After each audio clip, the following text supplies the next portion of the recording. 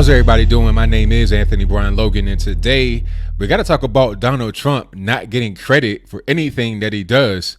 Nothing. We all know about the whole kerfuffle happening at the border with the families being torn apart when they try to enter the country illegally. Because, of course, if you come to the country illegally, you try to sneak in, you try to do some human trafficking and whatnot, you're going to be detained if you're actually caught. And at that point, they can't really detain an entire family in a facility or a jail. They have to separate you, especially since there's so much human trafficking going on. You don't know if the people that come to the border that may have children are actually there with their own children. You don't know if they have been kidnapped. You don't know if you have a coyote type situation going on where parents may pay the coyote to send their kids to the U.S. You don't know what's really happening. So you have to be able to determine what's going on. And if they want to seek asylum, that is not the appropriate way to go. There are points of entry at the border you can go to legally and then request whatever it is you desire, whether you want to gain legal entry, whether you want to gain asylum, quick visit, whatever it is, you can request those things at those legal points of entry. But if you come into the country illegally, now you're first seen as breaking the law because that's what you did. It's illegal to come into the country illegally. And then after that point, we can determine, okay, are you here for asylum? Are you human trafficking? Are you trafficking drugs, guns, money? What's really going on? So before, you couldn't really have a whole family together. It's kind of like going to jail. If a dad commits a crime and he has 10 kids and a wife, all the kids and the wife are not going to go to jail with him. He'll be taken away from them and the kids and wife will go somewhere else. It's similar to what happens at the border because they're coming to the actual place, not necessarily from a home specifically, or they're very far away from home. So you get detained for a while. And after a certain point, you are sent back home into the interior of the U.S. or whatever the case may be. Either way it goes, the families eventually do get reunited. I'm seeing all types of memes, people talking about Trump is the equivalent of Mr. from The Color Purple when he separated Celie and her sister. People posting stuff talking about slavery is what they did back then. Slave would give birth to a baby and then the slave master comes, takes the baby away and sells it. This is not what that is, because you're talking about people that get basically abducted and then sold off or sent somewhere else. This is not what's happening. This is just trying to see what's happening, what's going on when a person does an illegal thing. No slave ever came to a plantation illegally, okay? No slave ever said, you know what, I want to be a slave and I'm here illegally. What are you going to do about it? Most slaves were trying to escape. It's a different story. And it's the same thing people trying to talk about Birkenau, Auschwitz. It's like, okay, Hitler was trying to keep Jews in the country to have them work to death, basically, not to keep them from coming into the country voluntarily. It's a totally different thing. Nobody can say that having a border is somehow wrong or racist. Everybody has a border. If you have a house, apartment, wherever you live, if you live in your car, if you live in the street, in the tent, you have some type of security measure that prevents people from being able to steal whatever you have inside, that prevents them from being able to come in and attack you while you're sleeping. This is a normal thing. Nobody says that's racist to not allow free movement into someone's home, but somehow it's racist to not allow free movement when you're coming into the country. But I'll move on. Now, Trump signed an executive order to stop the whole family separation.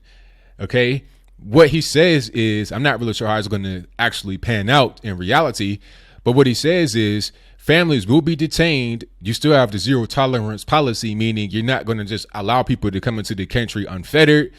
People will be detained, but as an entire family for longer than they're currently allowed. Because what was happening before the EO is that a family will be detained in a detention center, like in a holding facility briefly before they got sent somewhere else, like what you saw in my previous video. NBC News, CBS, CNN, all these other stations are being very disingenuous when they show some of these holding facilities.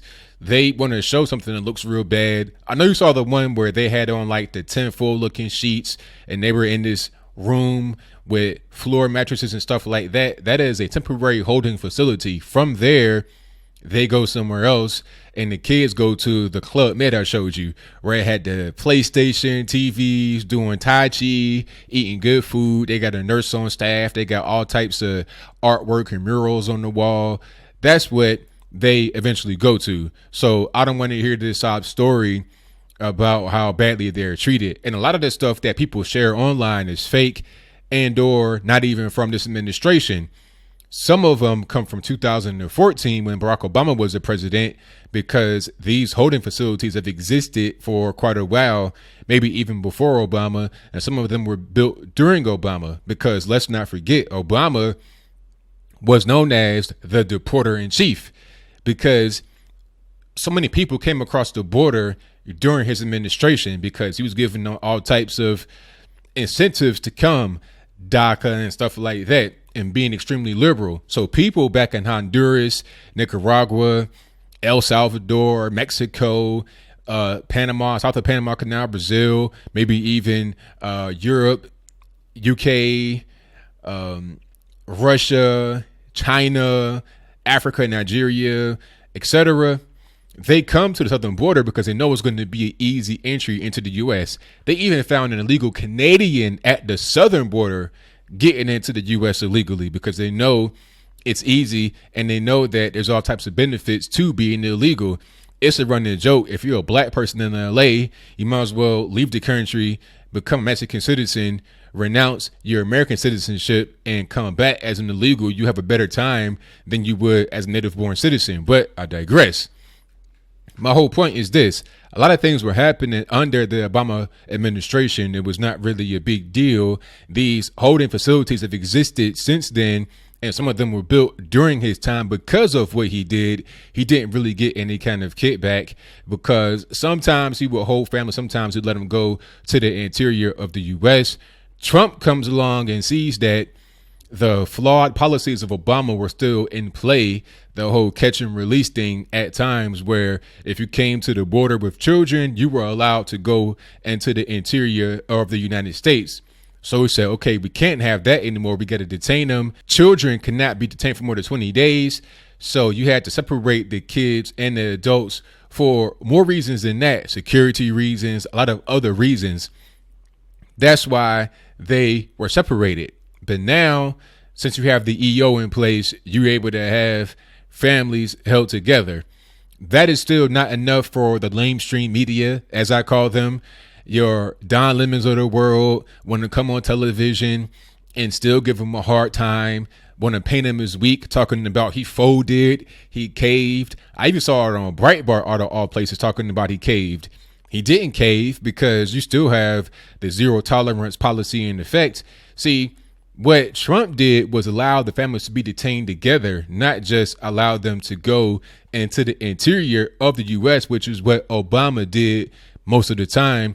If a so-called family came with children, and the reason why I say family in air quotes is because you don't even know if the so-called family with children is actually a family with children. It could be a coyote paid by somebody to smuggle some kids into the United States. It could have been some sex trafficking. It could have been a lot of different things happening in that situation. So detaining them is necessary for the security, not only of our country, but for the security of the people who are involved being brought across the border.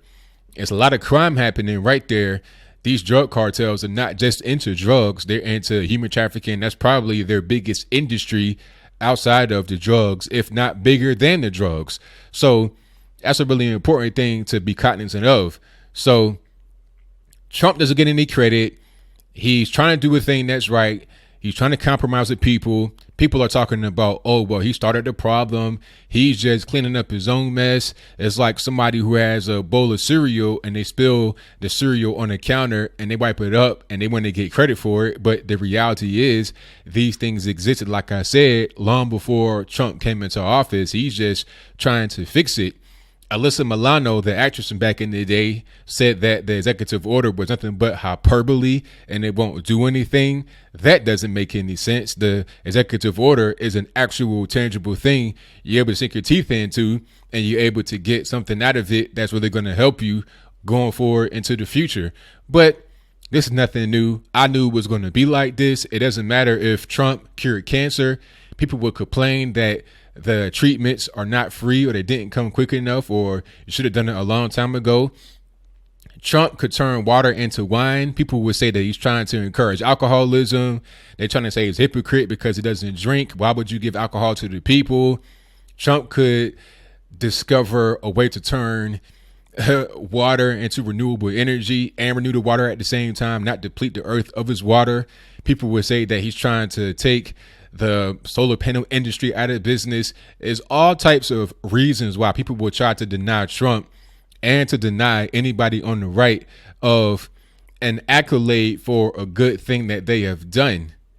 It doesn't even really matter about these kids. I said that from the beginning. The kids are really irrelevant to the mainstream media. They couldn't care less, considering people like Peter Henry Fonda came out and said what they said about Barron Trump. I won't repeat that on air, but I'll put that in the box if you want to read it.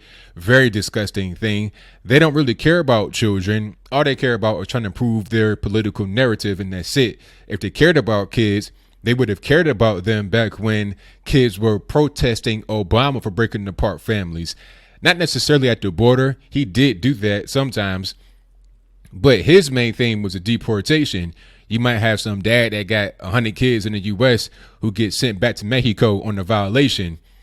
Obama imported a lot of people, but he also deported a lot of people because of the incentives, like I said earlier. So nobody said anything about that. It was fine, but you have a right-wing guy people want to hate on.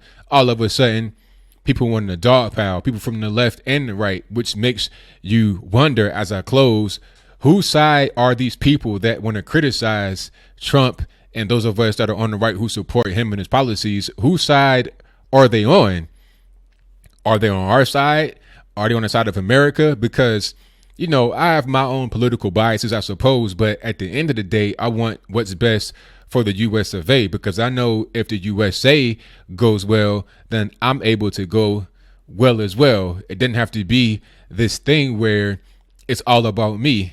The things that I think will help myself will also help all of us who live in the United States, and really, for that matter, the whole world. You see what's happening with North Korea, with China, with other nations who we are dealing with. There may be some types of issues. We're able to get these issues resolved and broken down to a level where it's easily manageable, rather than this big chaotic cluster F of a mess that Barack Obama left. So what do you think? Do you think that Trump deserves to get some kind of recognition for what he's been able to do with the executive order and also other things? I mean, the tax breaks, the economy doing fantastic, unemployment rates being super low, employment rates being high.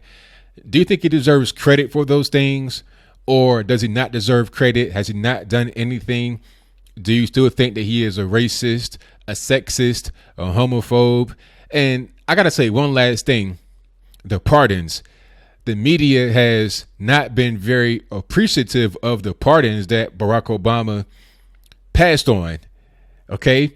Now, nobody said anything when Barack Obama passed on being able to pardon Alice Marie Johnson on that drug charge. Remember the black woman who'd been in jail for like 21 years on her first drug offense? I'm not saying she didn't deserve the time. Don't get that twisted. She was a kingpin. I say lock her up. But Trump came and did a thing that Obama didn't want to do. He also pardoned Dinesh D'Souza, other people. Nobody's really been able to do that. But Trump comes along and does it. Jack Johnson, another one. I think people are starting to realize how biased the lamestream old school media is, and how much on the pulse of people that people like myself and many others on alternative media are. Therefore, they're coming more towards us and less towards them. But whatever your comments are, please let me know in the comments below. And that's all I got to say for this video. If you like what you heard, please comment, rate, share, and subscribe. Peace.